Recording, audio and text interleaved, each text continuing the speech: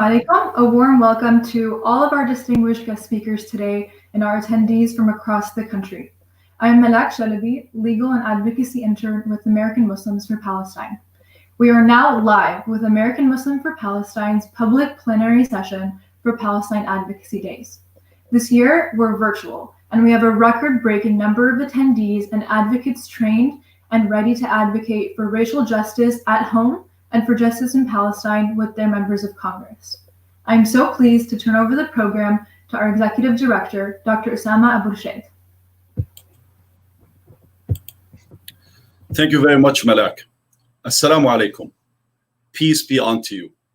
I am Osama Abuirshaid, Executive Director of American Muslims for Palestine, and I would like to welcome you to the public plenary session of our 6th annual Palestine Advocacy Days. Yesterday, more than 750 advocates from diverse religious and ethnic backgrounds attended our intensive advocacy training to empower them to be effective grassroots advocates for racial justice at home and for justice in Palestine when they meet with their members of Congress later this week.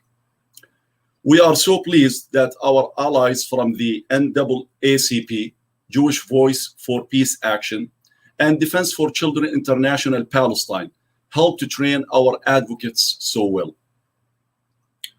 This year, Advocacy Day is our largest ever and includes meeting with more than 120 congressional offices, including dozens of meetings with members of Congress themselves. Today, I have the distinct honor of introducing our keynote speaker, Representative Betty McCollum of Minnesota. In 2000, Congresswoman McCollum made history as only the second Minnesota woman elected to serve in Congress since statehood in 1858. In Congress, some of Representative McCollum's priorities include education, healthcare, investments in transportation infrastructure, and native rights. We are also incredibly grateful for Representative McCollum championing the issue of Palestinian human rights. In the 115th Congress, Representative McCollum made history by introducing the first ever bill to support the human rights of Palestinians, the Promoting Human Rights by Ending Israeli Military Detention of Palestinian Children Act. She reintroduced this legislation in the current Congress along with another bill, the Israeli Annexation Non-Recognition Act, which would prohibit U.S. funding to support any illegal annexation of Palestinian land. We are grateful to Representative McCollum for her bold leadership in introducing these bills, and for these reasons, we are so pleased to present her with our Champion of Palestinian Rights Award. The award reads, American Muslims for Palestine presents to Representative Betty McCollum the Champion of Palestinian Rights Award for her advocacy for Palestinian children and against annexation of Palestinian land, September 15th, 2020. Without further ado, please join me in welcoming Representative Betty McCollum. Thank you. I'm very touched and very honored by the award. Thank you so much, but I wouldn't be doing what I'm doing without your work, your advocacy, and the opportunity to work together. And it's been an honor to be part of Palestinian Advocacy Day. I've participated in the past, but this is my first virtual one, as it is for all of us today. And I am very happy to be speaking to advocates from across the United States who are participating because you're all committed to human rights, justice, and equality for the Palestinian people. I want to give a very special thanks to the American Muslims for Palestine for being such a fantastic partner and ally in the work that we do together. Your support for my work in Congress gives me the strength to push forward, and I want to thank you. But let me tell you why I'm here today, because many of you I have not met or had the honor to be with.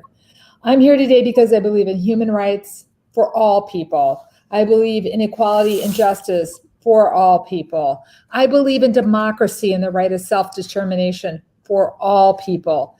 And I believe this for the American people and the people of Palestine and for people everywhere. Racism, oppression, violence, systematic abuse is what we witnessed and experienced in Minnesota with the death of George Floyd. That incident exposed on video explicit cruelty, inhumanity, and systemic racism. It distinguished a man's life. It woke an entire nation to the fact that discrimination and persecution is a form of social control, and it can often lead to systematic violence. And this violence is inflicted on individuals and communities. It's used to exercise control over Black and Brown Americans, Native Americans, Muslim Americans, Latinx Americans, and the poor. And we must together reject this oppressive status wherever we find it, even when we find it here at home.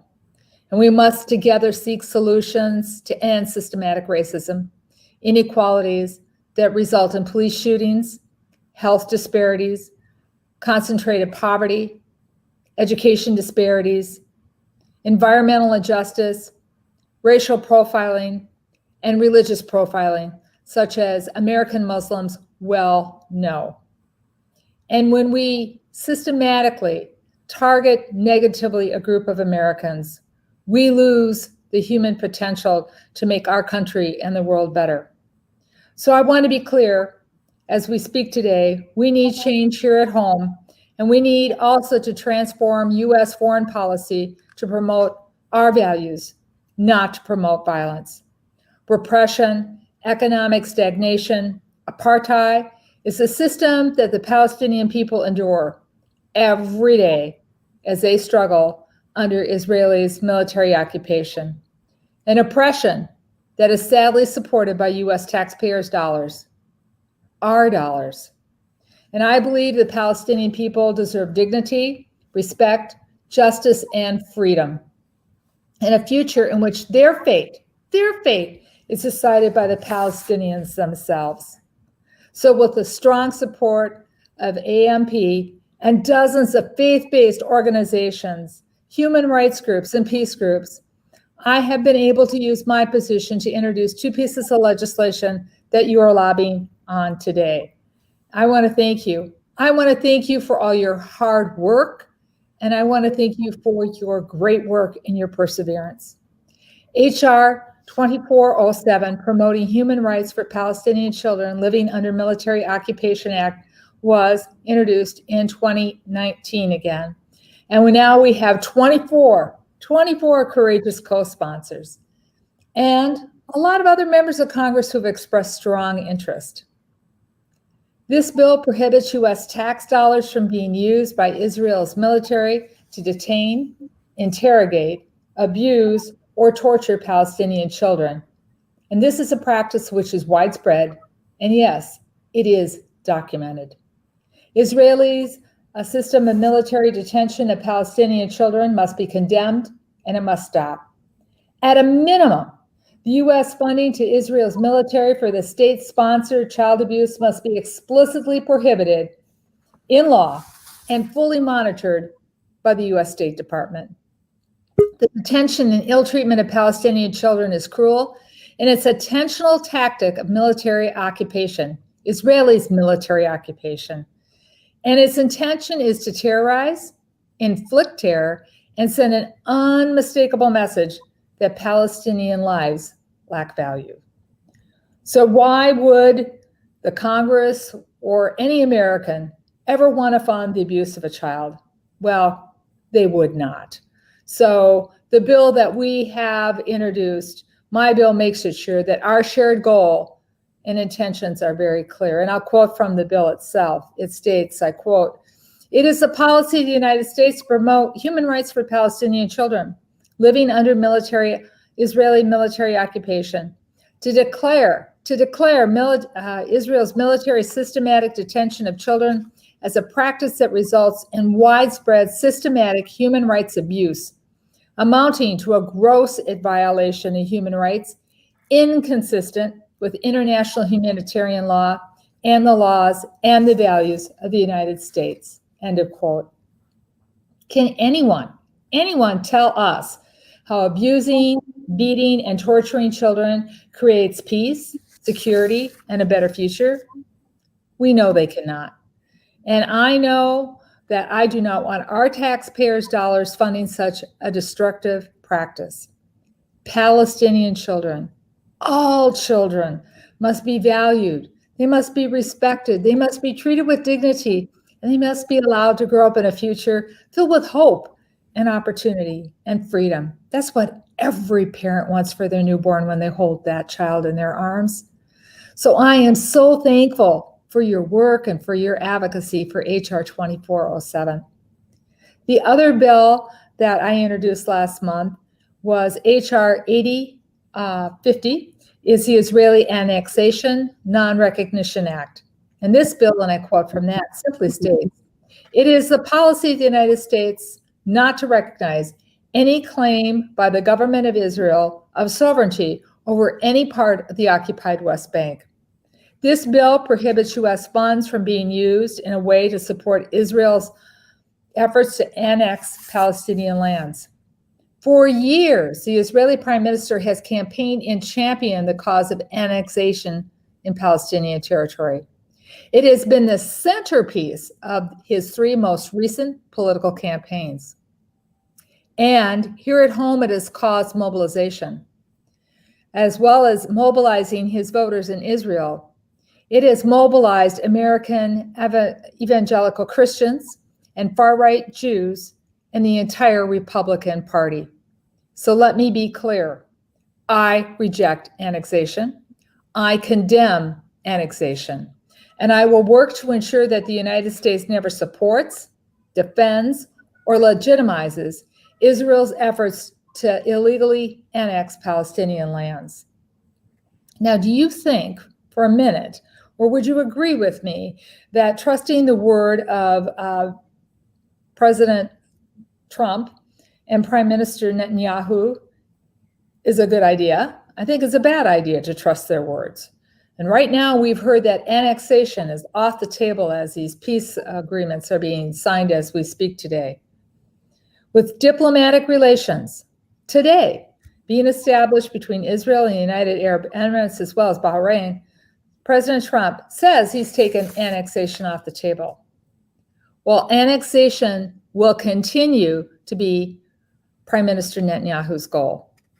The day the AUE announced it had made a senior aide to Netanyahu, the senior aide, the reply was by the Israelis, applying sovereignty to the West Bank is on the table, and we are committed to do so. There are many documented statements saying this might be a temporary pause, but the long-term goal of annexation is still at the heart of the Prime Minister of Israel's political will and power to move forward on.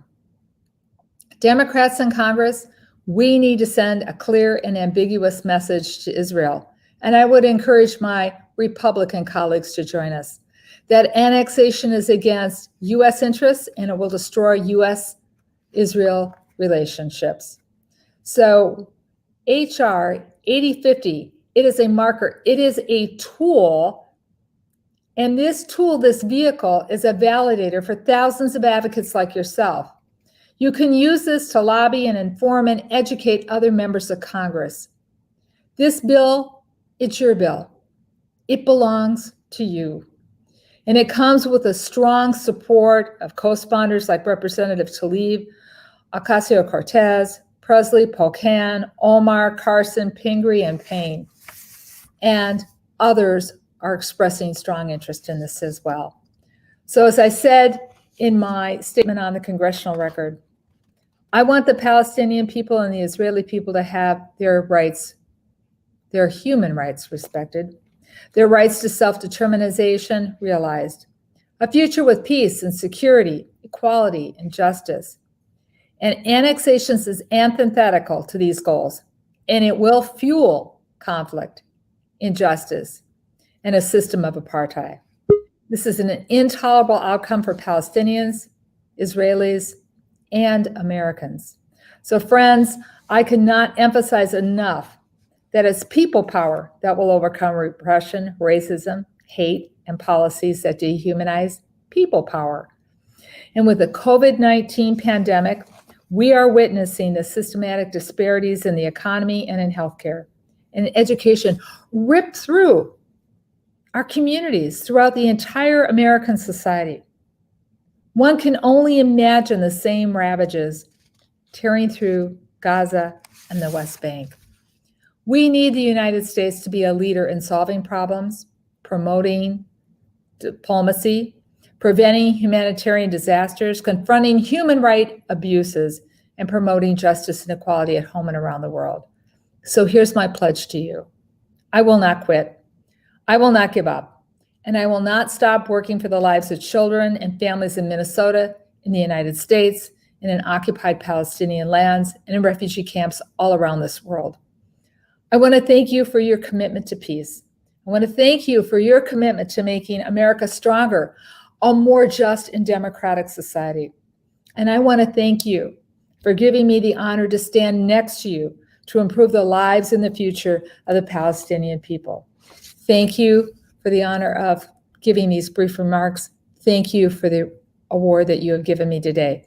I accept it on behalf of all those who stand up to support human rights for children.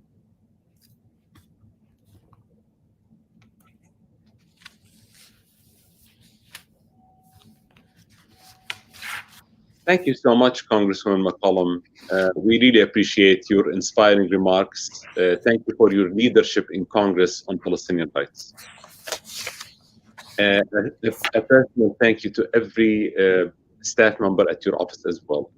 Hello, everyone. My name is Rashid. I am the Advocacy Director with American Muslims for Palestine. Before we begin our first panel, I would like to remind our viewers that American Muslims for Palestine is a 501c3 nonprofit organization. Members of Congress you will be hearing from today have been invited to speak in their official capacity as elected officials. AMP does not take any position for or against any political candidates or party. Our first session today is about defunding Israeli human rights abuses and refunding Palestinian needs. AMP has been working on refund and defund for the entire year. And in this panel, members of Congress and civil society advocates will share their perspectives on the situation on the ground in Palestine and what we can do to reorient US policy to support human rights and needs. First, we'll be joined by Congresswoman Debbie Dingell, who represents the 12th District of Michigan. Congresswoman Dingell's district is home to a large Arab American community. Thank you so much for being here with us today, Congresswoman. Thank you, Red. Can you hear me? Yes, we can. It's good to see everybody, and it's great to be with all of you. And I want to really thank everybody for being here and being part of this extraordinary conference to highlight the many humanitarian needs that the Palestinians continue to face. I'm particularly glad to be part of this panel with Judy and our district's abut. She's my sister. We get into all kinds of trouble regularly together. Rashida Tlaib, whose grandmother lives there, and she teaches me every single day about the issues as well. So I'm very clear with everybody. The facts here are stark. In Gaza, there are currently fewer than 100 ventilators available for more than 2 million Palestinians residing there. This, combined with other longstanding issues with the medical system in the territories, as well as the Trump administration's recent cut to the United Nations, the UNRWA, and the humanitarian assistance, make the Palestinians particularly and extraordinarily vulnerable to COVID-19. That's why I led a push earlier this summer with my colleague, Congressman Mark Pocan, who shares many of these concerns with me, and 59 of my colleagues, in calling for a resumption of humanitarian assistance for Palestinians to help address COVID-19. Since then, Gaza has faced an outbreak of COVID-19 in August, which has closed 3 of the territory's 5 hospitals to non-COVID patients. And unfortunately, the Trump administration has instead prioritized punitive measures like cutting U.S. assistance to UNRWA and longstanding humanitarian aid programs that are targeted to meet these needs. This is why we need to restore much needed aid to the region.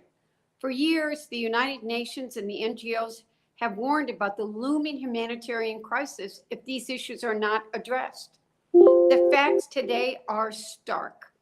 97% of all water in Gaza is not drinkable as a result of the deterioration of its only aquifer. And only 10% of the houses have direct access to safe water. Additionally, over 50% of the people in Gaza are unemployed, and the poverty rate is over 50%. Given the density of the region, the pandemic has put unprecedented stresses on an already deeply vulnerable population. U.S. support for the basic human rights of Palestinians is key to addressing these needs. And if we're seeking a wider peace in the region, which we claim to be doing today, we cannot ignore these serious deficiencies. I tell people to be very careful about what we're hearing today, too. Talk is not enough. Tangible commitments and actions to help drive action and address these deep-seated issues are needed. I'm going to keep working with my colleagues in the Congress to ensure that these issues are addressed in a real, meaningful way. This is an issue none of us can take lightly, and I feel how personal this is to many people in my district, and it has become very personal to me. Thank you, and thank you for having this gathering, and I know my other colleagues feel as deeply as I do.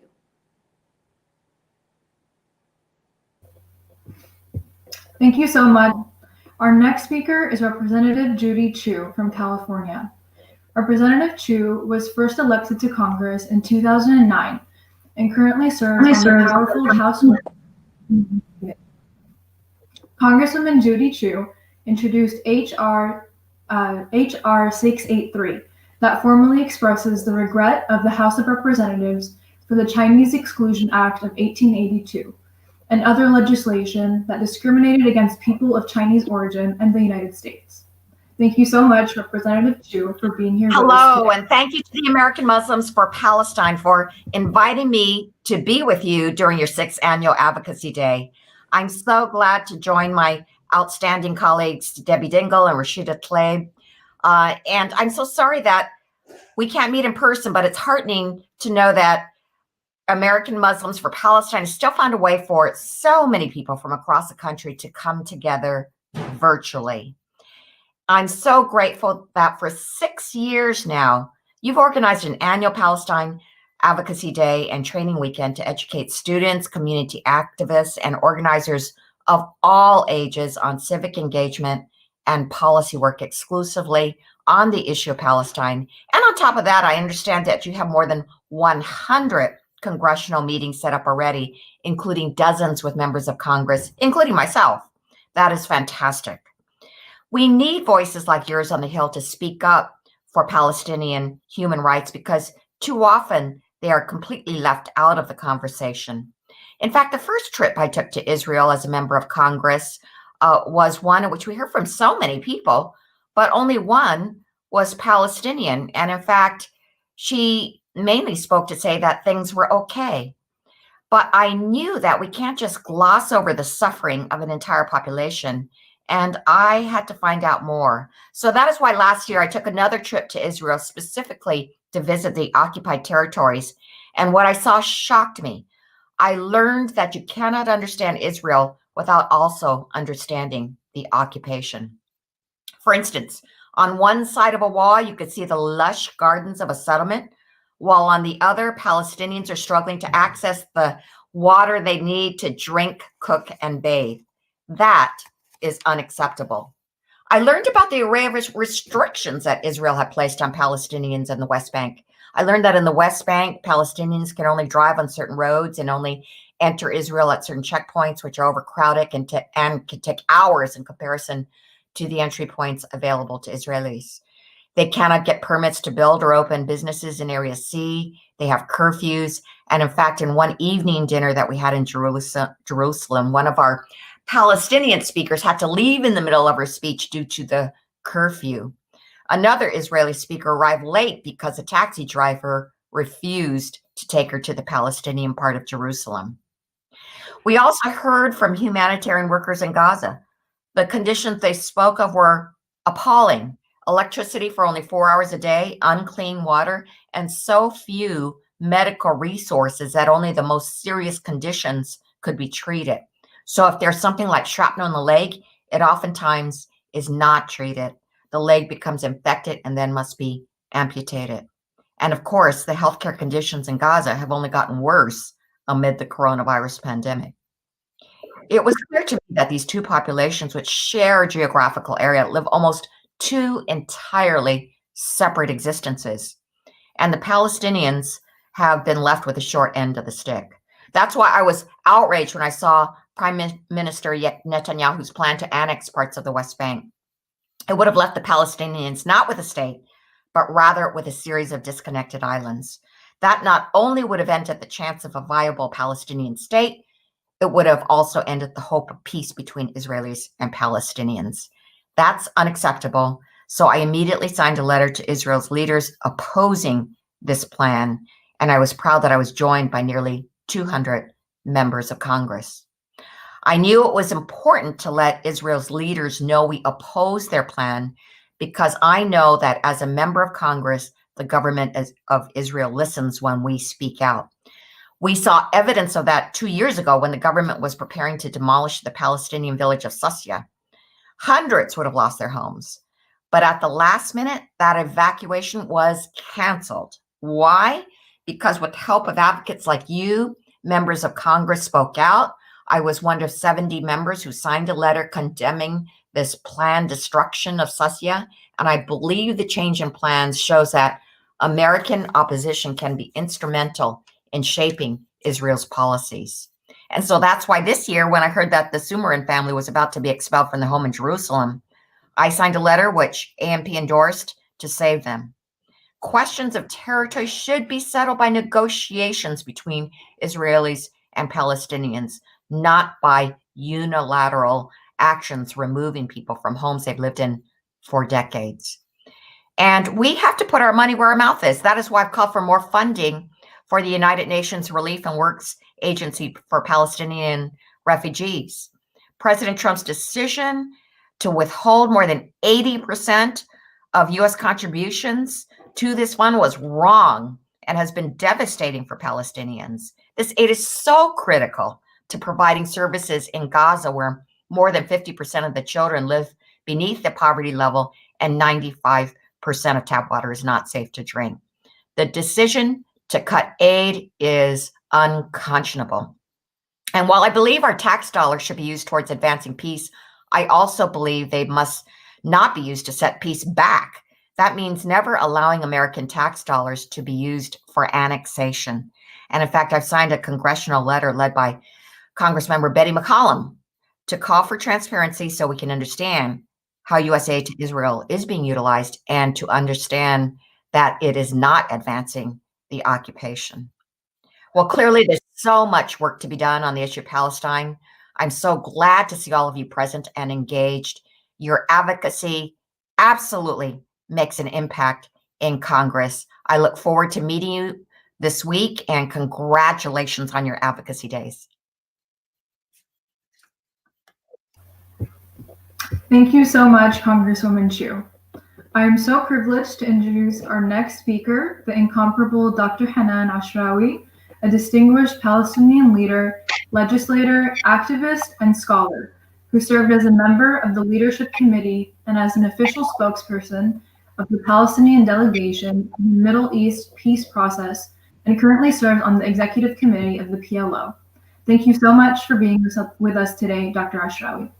Thank you very much. It's wonderful to be with you, and you don't know how refreshing it is, how invigorating it is to be able to meet members of Congress, of the House, who are outspoken and honest and willing to address the issues in such a principled and clear manner. And I thank them all, the ones who spoke and the ones who will be speaking. And I've always sent love messages to Betty McCollum every time, she issues something or tweets a statement, particularly given the fact that she was singled out by AIPAC and attacked by AIPAC. I also want to thank the American Muslims for Palestine, because you are really stepping in a place where there has been not just vacuum, but distortions, labeling, Islamophobia, racism, xenophobia, even anti-Semitism, in an area where the Palestinian narrative was excluded, where the Palestinian reality was distorted. And to be able to speak out in such a wonderful company and an effective group is very important. In addition, of course, to the fact that now the advocacy is taking place and is very important, because there's nothing worse than ignorance. There's nothing worse than ignorance except adopting wholesale positions and stereotypes that are extremely destructive. So not only are you educating people, you are helping them unlearn what they have been fed in ways that colored their vision of the region, of Palestine, and of Arab and Muslim realities. And for that, we are extremely appreciative. So let me start by saying first that these two bills that were addressed are extremely significant. Palestinians, for all their problems, not just with the COVID crisis now and the pandemic, but also in terms of living under occupation, living in a state of siege in Gaza, living in a state of fragmentation and total vulnerability, where Israel can use its shoot-to-kill policy to encourage trigger-happy soldiers to shoot at will and get away with it, where houses are being demolished, where land is being stolen and resources are being stolen, and there is constant expansion. So the issue of annexation is not a one-time thing. Netanyahu talked about annexation as being a de jure thing in terms of extending Israeli law over the West Bank. But if you've been following, you know that de facto annexation has been taking place with expanding settlement activities, with the superimposed infrastructure on the West Bank that would create primarily an Israeli extraterritoriality and reality on the occupied West Bank, while the Gaza Strip is excluded, entirely under siege, living in a state of utter vulnerability and cruelty, and at the same time being every few years being bombed and shelled. So this is the reality that we live in. People keep saying, in order to disarm the victim, to prevent us from talking about our reality, they keep telling us, stop whining, stop complaining, why don't you talk, why don't you do? The thing is, they want to prevent us from relating our narrative, from telling people what our reality is, and thereby exposing the horror and the horrible nature of the Israeli occupation and what it does. And now, actually, for a long time, in this very abnormal reality of occupation and oppression, the problem is that there has been a total lack of accountability for Israel and a total lack of protection for the Palestinians. This is something we've been asking for from the beginning. What is international law for anyway? What is international humanitarian right law is anyway, if not to protect the vulnerable and to curb the violations of the strong and to hold the strong accountable? Instead, historically, the US official position has always been weighed in favor of Israel and against Palestinian rights, historically. And the progress that has been made has been incremental, of course, until Trump took over and is taking us back to very dark places. The whole issue of the strategic alliance or the qualitative military edge or the shared values that we hear or the Judeo-Christian traditions. These have been used as means and tools of exclusion, of creating a special space for Israel that excludes the consideration for the Palestinians or any rights. In that sense, they enhanced Israeli impunity and lawlessness, and of course, gave them cover and protection, and they still do, while they increased Palestinian vulnerability. And as a result, Israel has developed and has had from the beginning a sense of entitlement, a sense of exceptionalism, of superiority, and has received preferential treatment. And the law never applied to Israel. Not a single UN resolution has been implemented. And not a single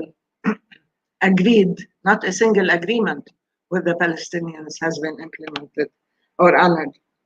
So this enabled Israel to continue in a way by dehumanizing Palestinians, devaluing our lives and rights, and of course violating international law and human rights, and by demonizing the Palestinians, by distorting our reality. Israel has used this as a way of evading and avoiding responsibility and accountability and even self-examination critically, because when you render your victim invisible, when you render your victim as being non-human, therefore you do not have to face the consequences of your action, let alone introspection, and you do not have to face whether moral or legal or any kind of consequences, and it gives you a free hand, which Israel has used fully in order to maintain this very lethal and unfair situation.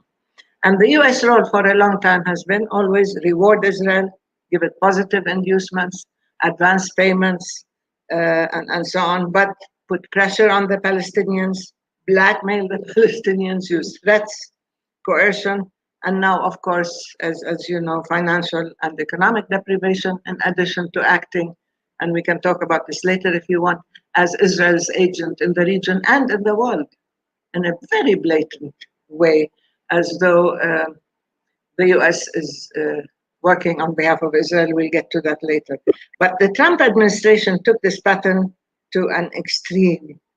There is a long list of violations that the Trump administration did, starting with, of course, you all know, and many have talked about this and will talk about this, starting with the attempt recognizing Israel's annexation of Jerusalem.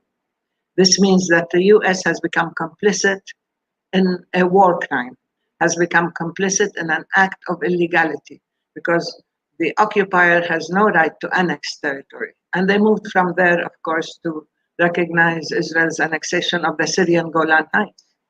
And the whole Arab Peace Initiative is built on the basis of Israel's withdrawal from all occupied territory, not just Palestine, and not just establishing it or embodying the Palestinian state, but withdrawal from all the territory it occupied. And of course, Israel has not done that and will not do that, I think, given the current dynamic. Israel has also closed down our offices in Washington. Israel closed down the consulate in Jerusalem, the American consulate, which was established in 1855, I think.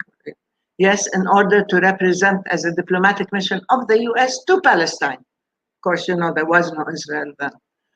It was a diplomatic mission to Palestine, so they closed it down and moved it to become Palestinian Affairs Office in the illegally built American embassy in the illegally annexed East Jerusalem, or Jerusalem as a whole. So they're trying to transform us to be part of Israel, or as I wrote at that time, we're in the belly of the beast, so to speak, and we refuse to recognize the status. We consider the American embassy in Jerusalem, for all representatives to know, as a settlement in Jerusalem, an illegal settlement. They also moved beyond that. They defunded, they attacked the Palestinian refugees by attempting to redefine who's a refugee and by attacking UNRWA, the organization that was established by the international community to protect these refugees, provide them with services until such time as they are able to return. And it was an American initiative, ironically, that created UNRWA by the UN, by the General Assembly, because one condition for Israel's admission into the UN was its return of Palestinian refugees, taking back the Palestinian refugees to their houses, to their homes and lands. And so the Americans decided, well, until that happens, let's have, since Israel has not done it, let's have an organization that would look after the interests of these refugees. Until now, UNRWA is there doing precisely that thing as a special body established by the UN, because Israel refused to comply with its obligations as per UN resolutions, like all other resolutions. And then they moved from that to defunding all of their activities in Palestine. But the cruel thing was defunding the hospitals in East Jerusalem. So they targeted the vulnerable population of refugees, and they defunded the hospitals, the people who needed medical treatment and health, and the hospitals were in dire straits anyway.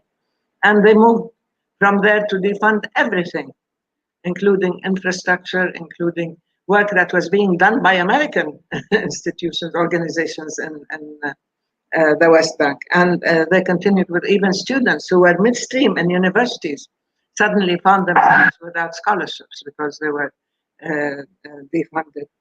And they continued with this pattern in an attempt not just to bash the Palestinians into submission and to deliver us to Israel, or as Jared Kushner said, until the Palestinians admit defeat,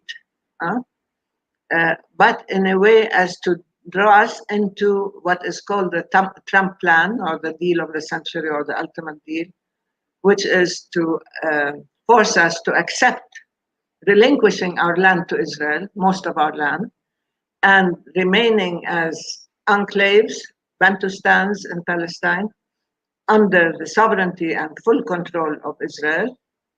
And while Israel annexes, different proportions of Palestine, and turning us into, as I said, these little reservations, isolated, but maybe connected with overpasses and tunnels and so on. And I dare anybody to try to draw the borders of what they call the Palestinian state. It's not a state. It's not even a mini-state. It's not a statelet. It's a series of Bantustans under Israeli sovereignty and control. So this is no peace plan, and it doesn't form the basis of any negotiations. And therefore, we cannot, in all good conscience, accept any move or any plan that violates international law and that violates our rights. And this is precisely what Trump is trying to do. And of course, he's trying to deliver the Arabs to Israel, as you have seen today, the signing, the charade, as though there is peace now. They dragged the UAE and Bahrain to sign something, normalization with Israel, in order for Trump to pander to his base, but also in order to deliver to Israel and to Netanyahu, who's also in trouble at home, the way Trump is in trouble at home, to give him a helping hand and to reposition Israel as a major economic, military, political, intelligence, security power in the region, and to polarize the region, to say it's really a problem of Sunnis versus Shiites, and the moderate Sunnis have Israel with them, and the Shiites, of course, have Iran, who's the major enemy, and so they've decided they will define who's friend and foe, who's ally and who's enemy, and what are the new configurations of the region. A little while ago, I talked to Betty on CNN, and I said, I mean, if you want to make peace, you don't make peace where there was no war, because the Emirates and Bahrain were cooperating and talking under the table for some time, for decades actually.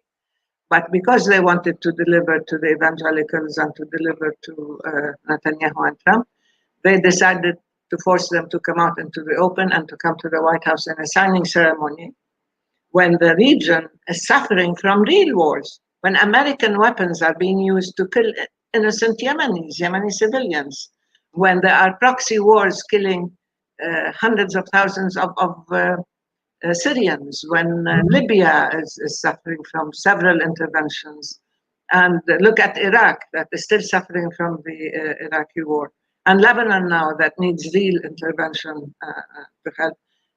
You'd think that Trump is free. He has nothing else to do. There is no cover, there is no economic crisis, there are no race problems. He's not dividing this country and filling and using hate politics and racism and misogyny and so on. That he has all the time in the world to scramble and send Kushner and Pompeo all over the world in order to see who's going to come, who's going to sign, who's going to normalize with Israel. So this is extremely dangerous. And it is part of the, now we went beyond putting the Palestinians on probation or good behavior. You have to prove you deserve your rights, or you have to prove you deserve human consideration. It went into the realm of bashing the Palestinians, punishing the Palestinians, threatening the Palestinians, and saying we have to submit. And if, I'm sure many of you know, the Palestinians are not in the habit of surrendering. We are not defeated. We may be under occupation. We may be suffering the worst type of torture and oppression. But in spirit, we are not defeated because we are a people with rights. And we are a people who are determined to get these rights and to be free and to live in dignity on our own land. This is, and freedom and equality. This is what we want. We are struggling against a very, very cruel form of settler colonialism that seeks to displace and replace the Palestinians. So this type of collusion and partnership, in a sense, has disqualified the US from playing any positive role. And the foreign policy of the US in the region has been made subject to Israeli priorities and to Israeli needs.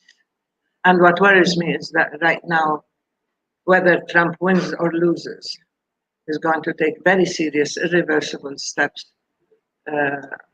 If he loses, to make use of the transitional period, and if he wins, he will continue with this very destructive and toxic policy. So, as I said, the annexation has been ongoing. My problem now, since we are talking to Congress, is the congressional collusion. I mean, we know how Netanyahu addressed Congress over the head of the president, how Netanyahu took sides, how Netanyahu made Israel one-party issue.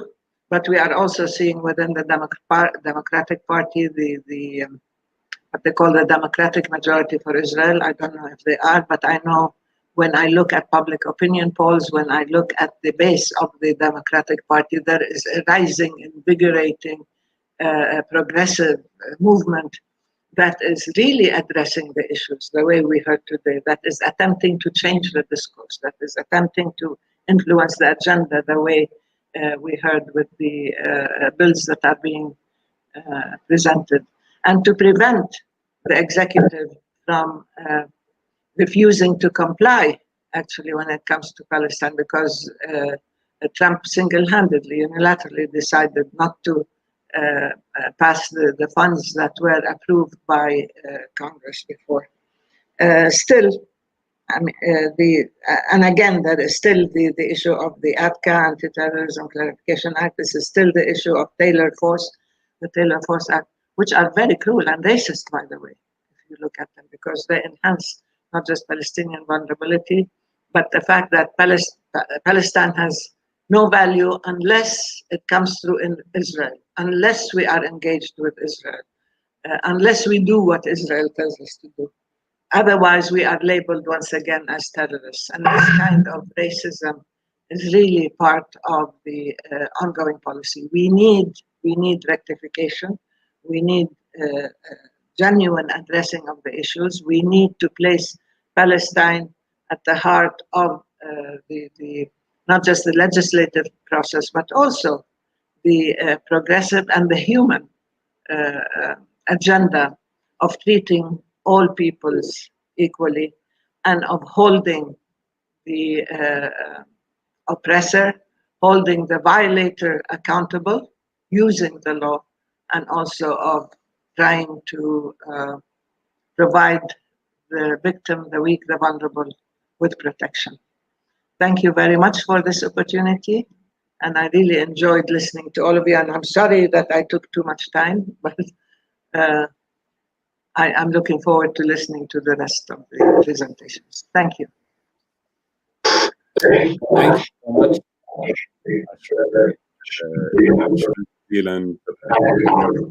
Thank you for your remarks and for bringing to a close our first session. Now we are pivoting to our second session today. Our second session will be on racial justice here and abroad, opposing segregation and annexation.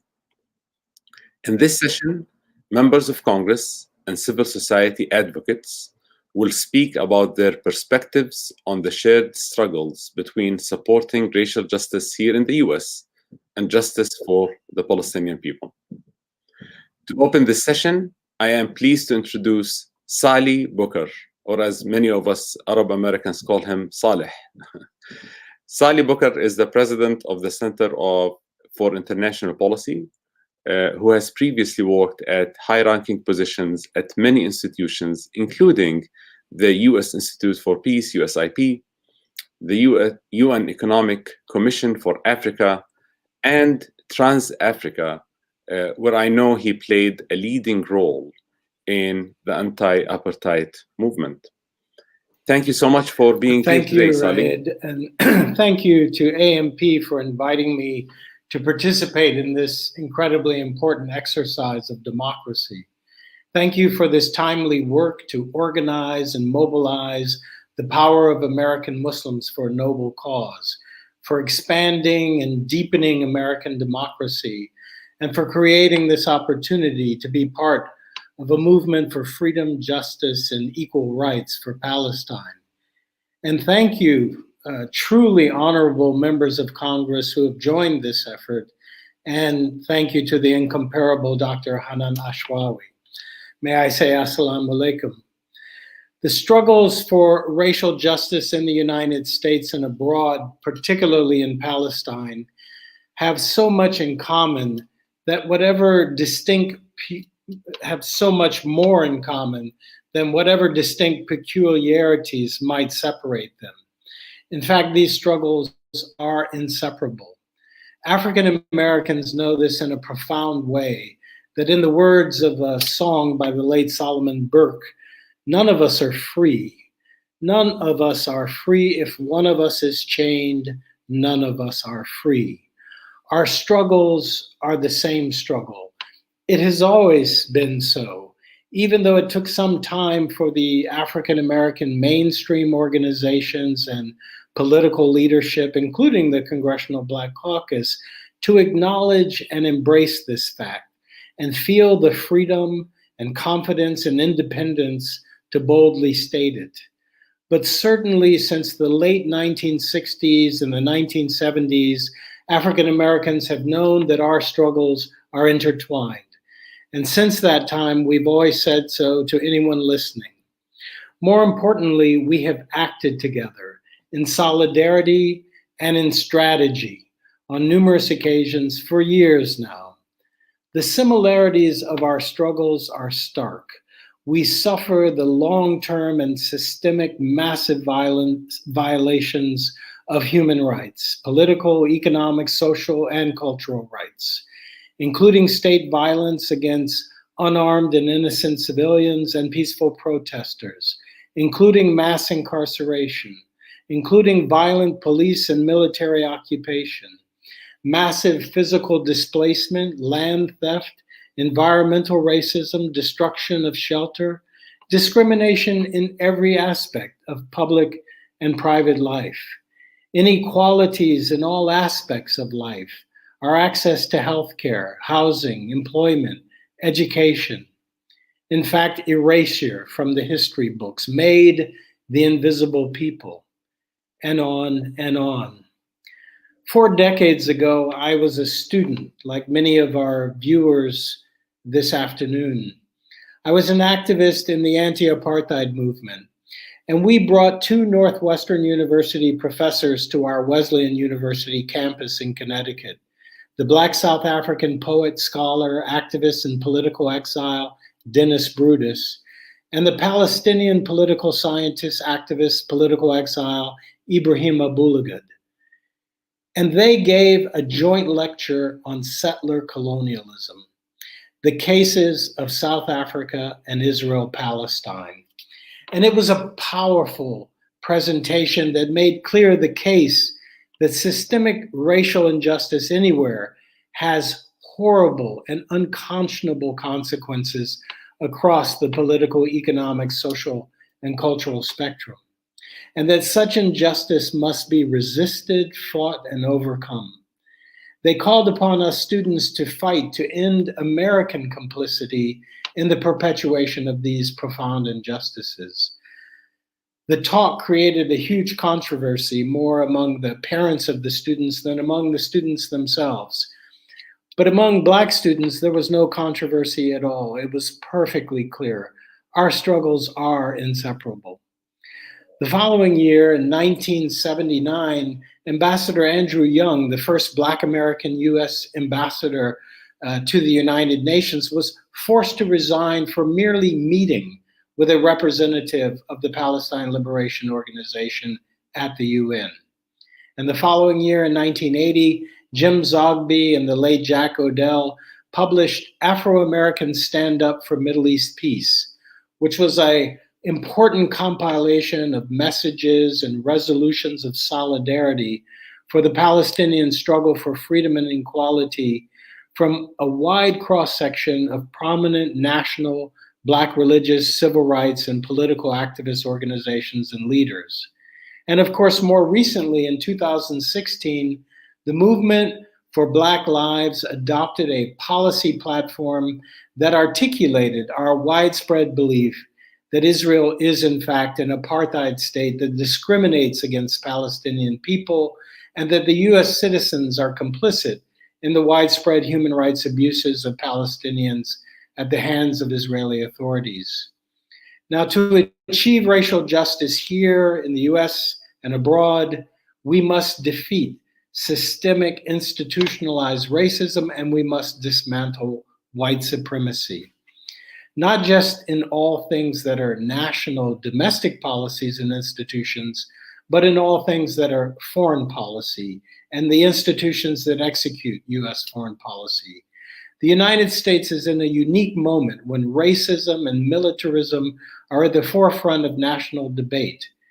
For meaningful systemic change in US foreign policy to occur, we must link the growing national movement for racial justice and police reform with calls to end racism in US foreign policy and to reduce defense spending and end the endless wars, thereby closing this artificial divide between domestic and foreign policy. Public opinion is changing, and your work, the BDS campaign, the AMP's Advocacy Days, and so many other efforts are having an impact. The COVID-19 pandemic has laid bare for all to see that the prevailing notion of national security is not keeping Americans safe. To the contrary, US national security policy has long neglected most of the real threats to American lives and livelihoods. Institutionalized racism, poverty, extreme inequality, disease, and climate change. We now have a once-in-a-generation opportunity to change the overall framing of US foreign policy and to gain traction for a real redirection of foreign policy and a reconceptualization of national security that will be both reasonable and necessary to a majority of Americans. And the demand for justice and equal rights for Palestine is a key demand of this change. We know that change is going to come. How long? Not long. Be ready for that change that we seek, and thank you, AMP, for providing this opportunity and for training so many to help make this change happen.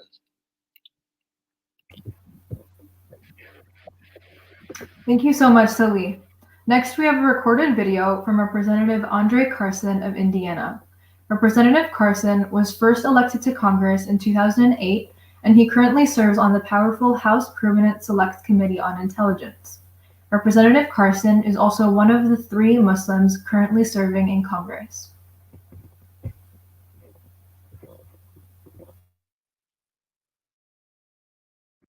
Hello, this is Congressman André Carson, one of 3 Muslim Americans proudly serving in the U.S. Congress. I want to thank all of you for coming together virtually on this year's Palestine Advocacy Day. I especially want to thank American Muslims for Palestine for holding this important event safely. Even in the midst of the COVID-19 crisis, we can't let up on our efforts to support Palestinians. As our country engages in an ongoing struggle for racial justice, we must remember that the fight for equality extends far beyond America's borders. We must remain committed to human rights around the globe. That's why we'll continue working hard in Congress to address the mistreatment of Palestinians. This means changing U.S. policy to ensure our taxpayer dollars are not used to subsidize and legitimize Israel's violation of international law. As the world's most powerful democracy, America must use its immense power to urge other countries, including our partners like Israel, to forge a new path that embraces peace and equality for all. Because of your tireless advocacy, we are making progress. Thank you, and keep up the great work.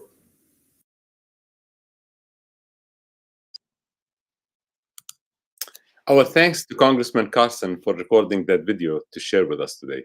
What a powerful message from a Muslim and African-American member of Congress. Unfortunately, Diana Botto was not able to join us today, and she sends her regrets for not being able to attend. Instead, I am pleased to introduce my friend and colleague, Josh Ruebner, who is the Managing Director at American Muslims for Palestine. Thank you very much, Raed, and it's a pleasure to be with you all here this afternoon. As Dr. Ashrawi mentioned earlier, of course, today we are seeing the signing of a quote-unquote peace deal between Israel, the United Arab Emirates, and Bahrain. Now, for Hugo Grotius, who was the founder of international law, he wrote 400 years ago, he's probably rolling over in his grave today, because for the first time in 4 centuries, we have the spectacle of countries signing a quote-unquote peace treaty who are not actually at war with one another. George Orwell, the famous philosopher and political essayist, wrote about the corruption of language and how the corruption of language breeds violence. So let us not corrupt our language by referring to Trump's deals today as a peace deal. They have nothing at all to do with peace. Not only were Israel and Bahrain and the UAE not at war with one another, but this deal is done explicitly in order to further the oppression and Israel's repression of the Palestinian people. Let us understand that the emerging axis that we're seeing in the region of peace treaties between Israel and Egypt, Jordan, and now with the UAE and Bahrain normalizing relationships, is a fundamentally anti-democratic axis. Israel is not a democracy. Israel is an apartheid state that brutally suppresses the indigenous population of Palestine. Giving rights to some is not a democracy. Israel is an ethnocracy, which only gives limited democratic rights to some of its population based on their religion and nationality. So what we're seeing today is the coalescence of an anti-democratic access that will indeed make it easier for Israel to annex additional Palestinian land, to indeed further entrench its illegal military occupation of Palestinian land and its oppression of the Palestinian people. So let us not fall into the trap that George Orwell warned us about of corrupting language and leading to violence. And let's call this out for what it is: another effort to impose Israel's domination on the Palestinian people.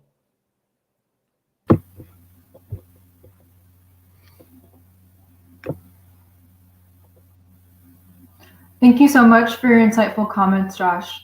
It's my pleasure to now introduce Representative Donald Payne Jr. from New Jersey, who sent us a recorded video.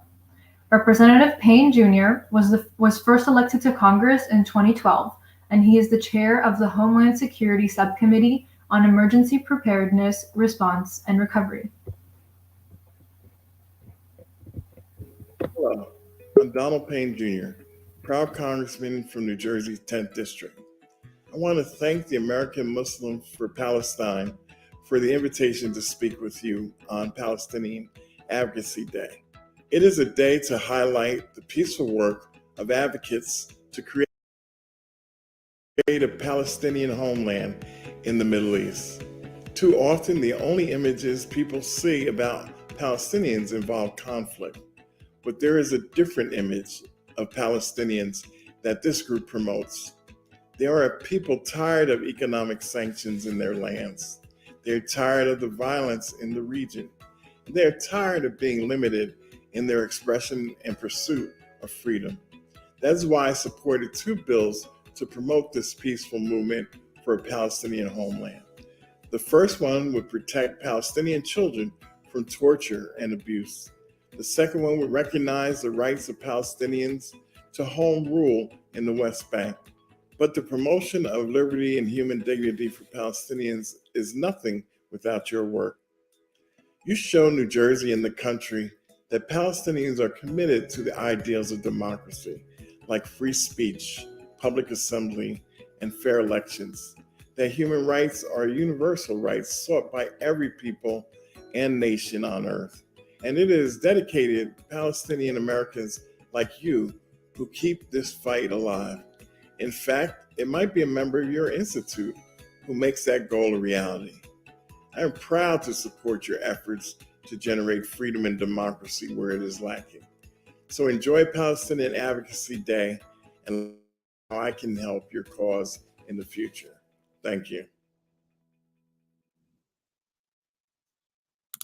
Thank you so much, Congressman Payne Jr., for sending these remarks and for recently co-sponsoring HR 2407 and HR 8050. We greatly appreciate your support for this bill. I know that AMP's chapter in New Jersey is very thankful for you and for your staff for co-sponsoring both of these bills. This week, more than 750 supporters of AMP will be meeting with their members of Congress and their staff to invite them to co-sponsor these 2 bills. We have almost 150 confirmed congressional meetings on Wednesday, Thursday, and Friday of this week. Over 20 of them are with members of Congress themselves. So we will be advocating for these bills and for other asks on the Senate side. Thank you again, Congressman Payne. Next, I am honored to introduce my friend Rasha Mubarak, founder and president of Unbought Power. Rasha is a Palestinian American and the Muslim American community activist, consultant, political strategist, and leader. She was named in the 10 people making Orlando a better place to be, and she was also in the 2019 Florida Young Democrat of the Year. Thank you so much, Rasha, for being with us today. Thank you so much for having me. Assalamu alaikum. Thank you so much, AMP, for not just creating such a powerful virtual events, but also for showing up in ways that a lot of organizations still have a lot of learning to do. Y'all, we are living in dark times that will forever define who we are as residents of this country, citizens of this world, and humans on this earth. As Palestinians, Palestinian activists, human rights advocates, we understand that only when we uplift and center connections between the struggle for Palestinian rights and the struggles for Black, Brown, Indigenous, and all communities and marginalized groups impacted by U.S. policies, both within and outside of U.S. borders, is when we will all rise, is when we will all be free of persecution, and when we will all breathe liberation. Since Donald Trump came to power, his administration has charted out a racist path for the future, denying people who are Black, Brown, Muslim, immigrant, refugee, LGBTQ, women, and Palestinians the right to live in safety and freedom. There is a global divide between those who believe in freedom and equality for all and those who justify racial and religious supremacy. While every struggle for freedom from Palestine to the US is unique, our values bring us together. Advocates, women of color, congressional leaders, Black and Brown activists are being attacked and marginalized because we all know that collective liberation threatens supremacy, and supremacy's proponents seek to silence those who advocate for liberation. That includes us all. They'd rather squash voices that seek unconditioned equality and dismantle those who speak truth to power and force others to explicitly advocate for apartheid and oppression.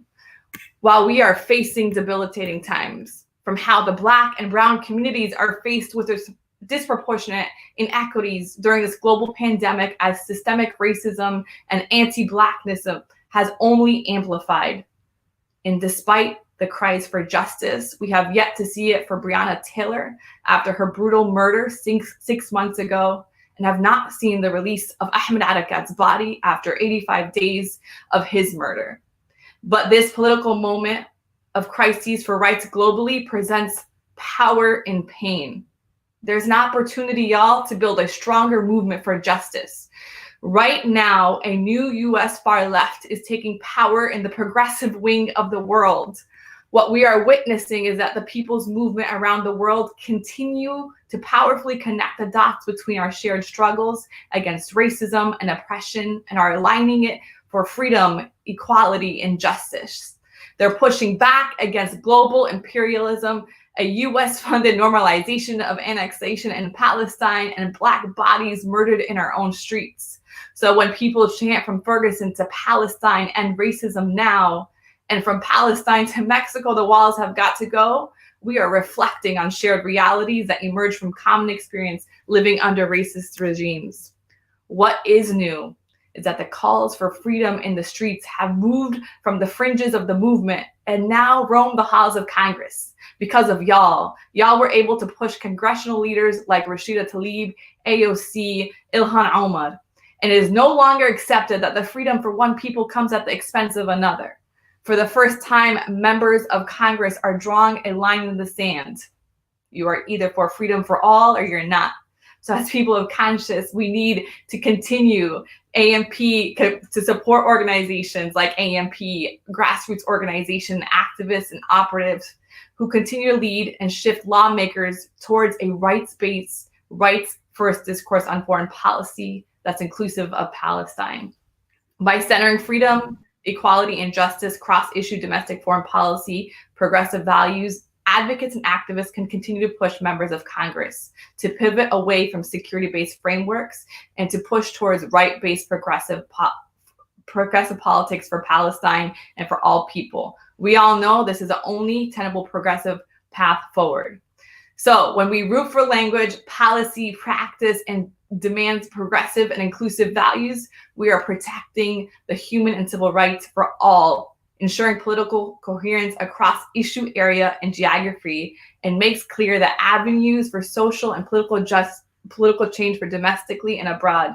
So what we're saying is we will continue to affirm the fight for racial justice that extends beyond the US borders and across borders, and being progressive means supporting equality, freedom, and justice for all people. So thank you all, and thank you AMP for your important critical work, despite how much pushback y'all get. Free Palestine. Thank you, Rasha. Our next speaker is the Emmy-nominated journalist, producer, and actor Ahmed Chihavadhin. Ahmed has previously worked at AJ Plus, Al Jazeera English, as well as for the New York Times, the Huffington Post, and PBS. Ahmed is widely known for creating and co-hosting Al Jazeera English's flagship program, The Stream, an interactive live talk show nominated for an Emmy Award for Most Innovative Program in 2012. Thank you so much, Ahmed, for being with us today.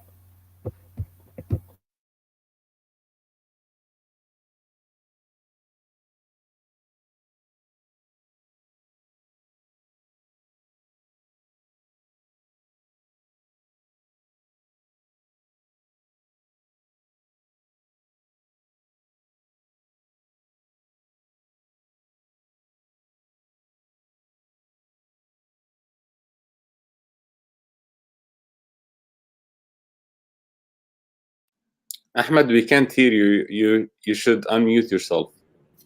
Oh, did I start that mistake? No, my apologies. Well, I'll skip over the thank yous, but I'm very grateful to be with you. And back to the top. I was saying, as we all know here in the U.S., the fight for racial justice stretches far beyond borders. And the Palestinian struggle for dignity can actually be framed as a racial justice issue through the core connections between the state violence of both the US and Israel, and how both depend on anti-Black and anti-Palestinian racism, respectively, in order to justify their actions. I've endured and I've seen, and we've all seen, police use of tear gas, rubber bullets, and live ammunition against indigenous Palestinians in the occupied territories and journalists. It happens every day. We've seen the neon neck restraints, which we've become more aware of recently here in America, like those that killed George Floyd, and how they're regularly applied to the Palestinian people. To put it really simply, the tactics and strategies that the US and Israeli governments have used to suppress marginalized communities are strikingly similar. Both Israel and the US use mass incarceration, racial profiling, surveillance, and lethal force as forms of control. Police in Florida, New Jersey, Pennsylvania, California, Arizona, Connecticut, New York, Massachusetts, North Carolina, Georgia, Washington, and Washington, D.C. have all traveled to Israel for training. And thousands more have received training from Israeli security officials here in the US. And when we talk about the connections between the Black community, between Palestinians, between the collective struggle for dignity, it was Black Lives Matter activists that helped lead the successful drive in Durham, North Carolina, to block that city's police from, quote, training with foreign governments that engage in military-style policing, which includes Israel. The US, as we all know, also bankrolls the brutal oppression of Black people here in the US and Palestinians across the occupied West Bank. They pour, I think it's, $3.84 billion in military aid every single year to Israel. Now, as a journalist who's worked in mainstream media in the US, I've also witnessed a pattern of Palestinians and Black people being criminalized, being dehumanized, each in their respective contexts of oppression.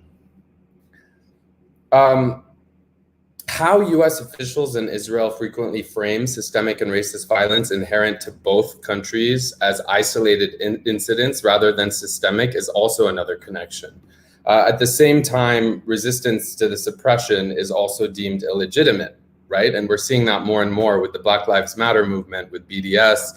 And it's not only deemed illegitimate or terrorism, it's violently repressed, and the crimes committed by both Israel and the US in that context are dismissed, whether it's in the police system here or in the security system in Israel. Since the 1960s, Black people in America have had their struggle for dignity and freedom linked to more global struggles. In 2014, I remember during the Israeli assault on Gaza that killed more than 2,250 Palestinians, including 550 children. That coincided with the uprising in Ferguson, Missouri in the US, which was after the police killing of the teenager Michael Brown. I remember the hashtag Palestine to Ferguson and the ongoing conversation around it. I remember how, at a time when, how can I put this? At a time when we see around the world, far-right political parties are on the rise in many countries,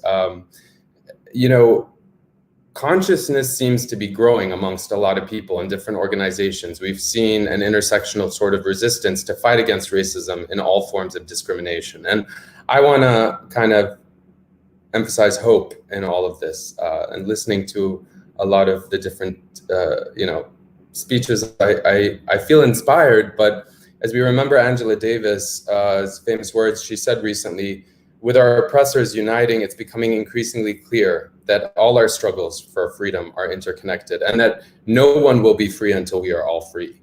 I don't know how we're doing in the spirit of time with our next speaker, Congresswoman Rashida, but I do want to just bring up G4S, which Angela Davis often also reminds us of, as an example of this connection between the two different kind of struggles. The British multinational security systems, G4S, is a prison apparatus that is shared between the US, Israel, the UK, and they currently operate and maintain prisons in the occupied West Bank.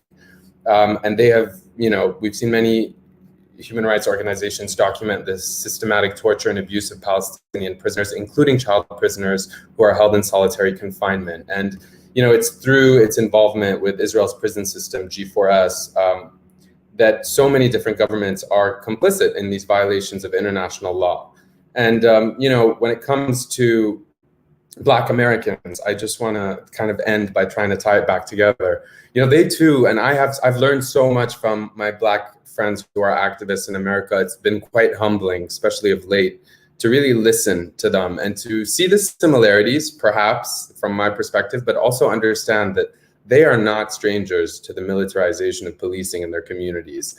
Lest we forget that the first police forces were based on slave catchers in the South and used to control people, Black people in America. And over time, these forces have developed into what we have today, which is our police system, which doesn't value Black lives equally. So I want to end by saying Black Americans have fought back and refused to accept law enforcement tactics and strategies for occupying their neighborhoods.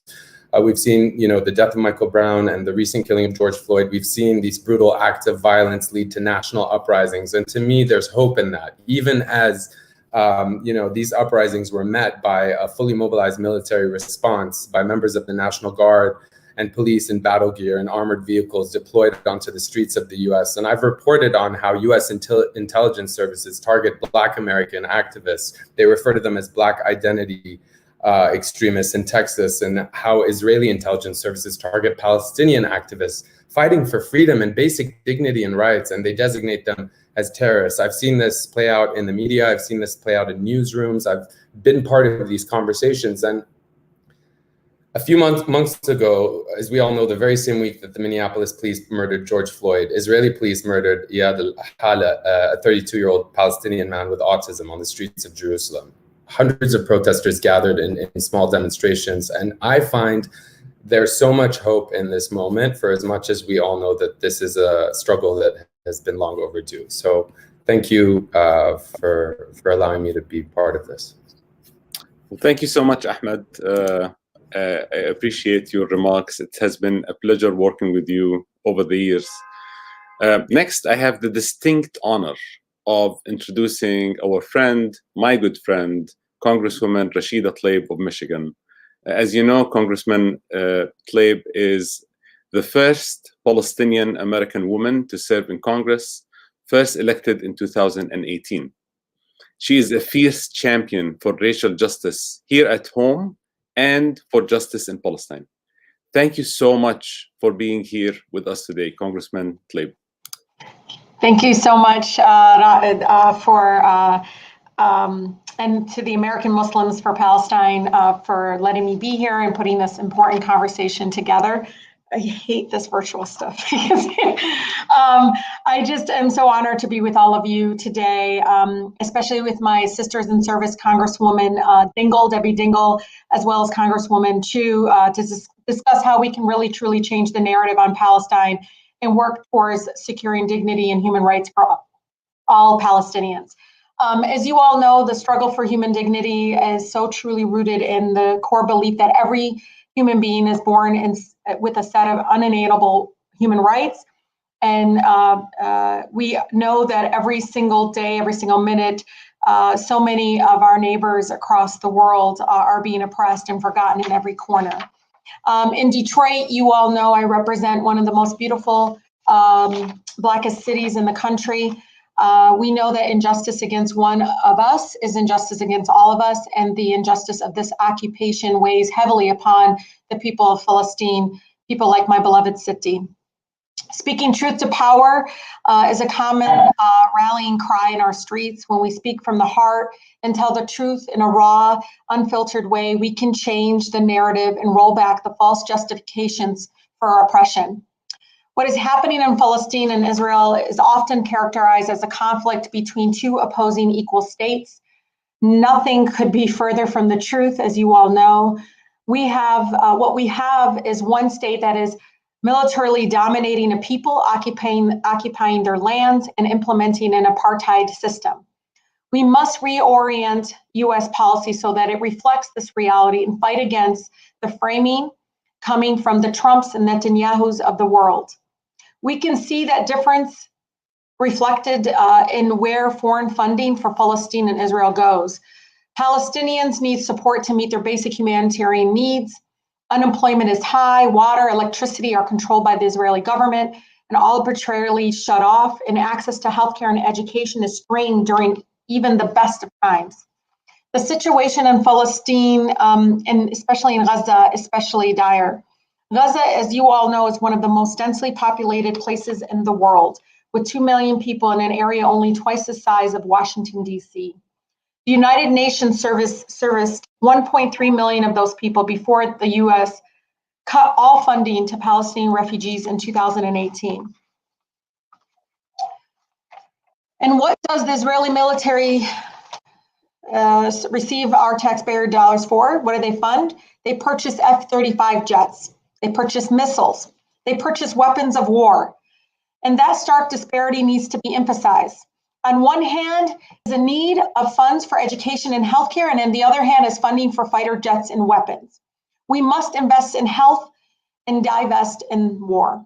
When the Trump administration cut funding for UNRWA, they cut, like, one of the things they cut was children's education, health clinics, and refugee camps, cuts from literally services to many of the refugees there.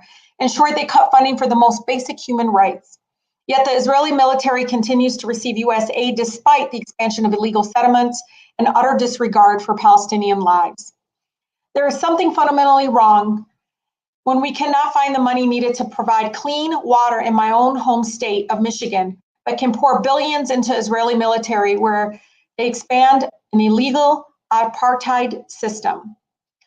To continuously enable Israeli annexation, occupation, and human rights abuses is to disregard and repress the Palestinian life, liberty, and happiness. It is important to note that Israel's occupation isn't limited to Palestinians. Non-Arab minorities in Palestine and Israel also face injustices. You all know Black Israelis who immigrated there from Ethiopia deal with systematic racism and the highest poverty rate among all Jewish groups in the country. The United States provides unconditional military support for Israel, undermines our nation's moral leadership and standing as a partner for justice and peace. We need to make it clear to Netanyahu that U.S. tax dollars cannot be used to commit human rights violations and break international law. That is why we are seeing a push to condition U.S. aid to all governments, whether it be Israel, Saudi, or any other place that does not adhere to international law and does not uphold human rights.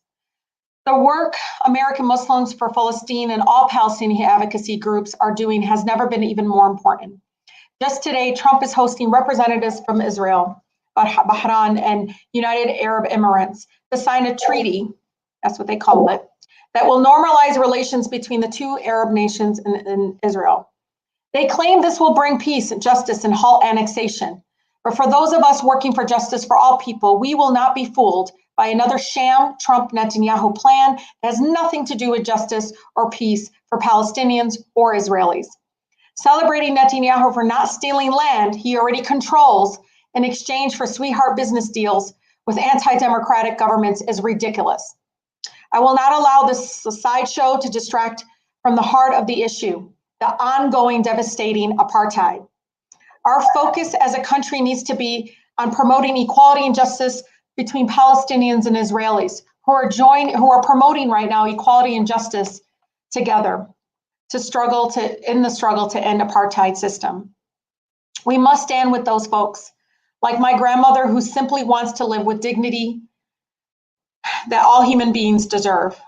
This Trump-Netanyahu sham will not did not stop the Palestinian suffering. It will further enable it. We cannot allow ourselves to be complicit in Netanyahu's crimes against the Palestinian people. It is long past due that the United States completely divest from the occupation and start investing in the humanity and dignity of Palestinians of all people. And with that, I just want to thank all of you so much again for always speaking truth to power, and know that you have a partner in the United States Congress. You all know I won't waver. I know the truth about what happens in Palestine, and I know the truth about what happens to our taxpayer dollars there. I have seen it firsthand, and again, cannot thank all of you enough for your incredible advocacy and your support. Thank you.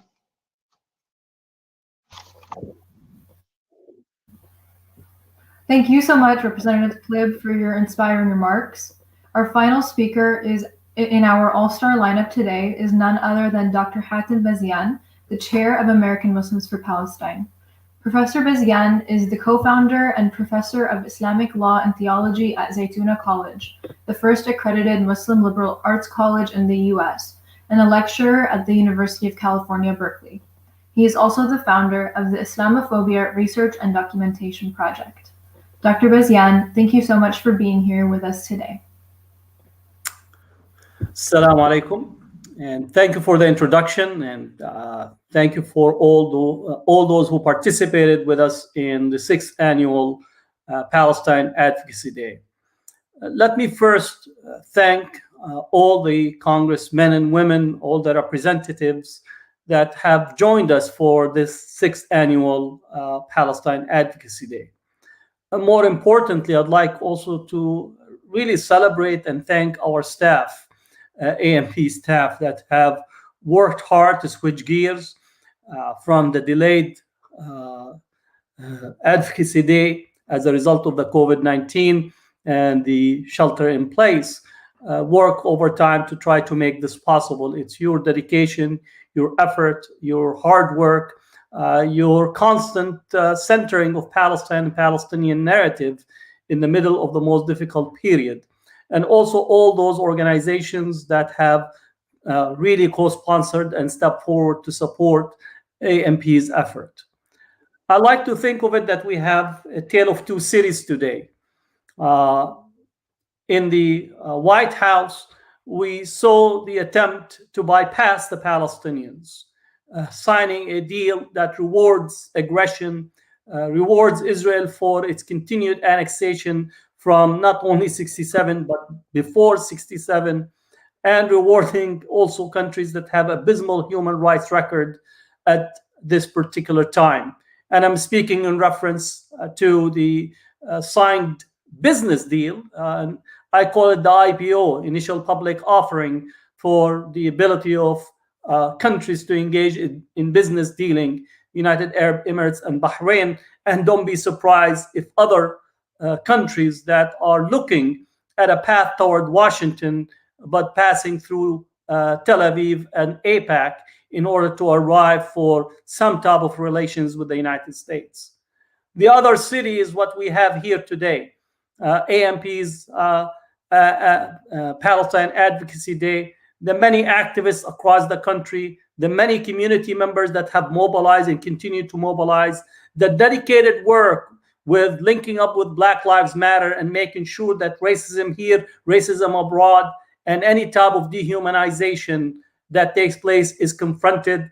And we are aware that many of our police officers that have been trained in Israel and the work of some of the organizations like the ADL, the Anti-Defamation League, I tend to say Defamation League, AJC and others that continue to try to make relationship in this country contingent on fostering and encouraging these police exchanges that diminish our human rights and ability to actually to stand for justice at home and abroad. So this is the other city that we're speaking about. Let me be very clear. The struggle for Palestine is a long-term one. It's not one event, it's not one conference, but it is actually the dedication of looking for the long term and the changes that we are witnessing in the United States. Make no mistake about it. Palestine is at the center stage of political discourse in this country. The days of old where support for Israel is unchallenged and unconditional are gone.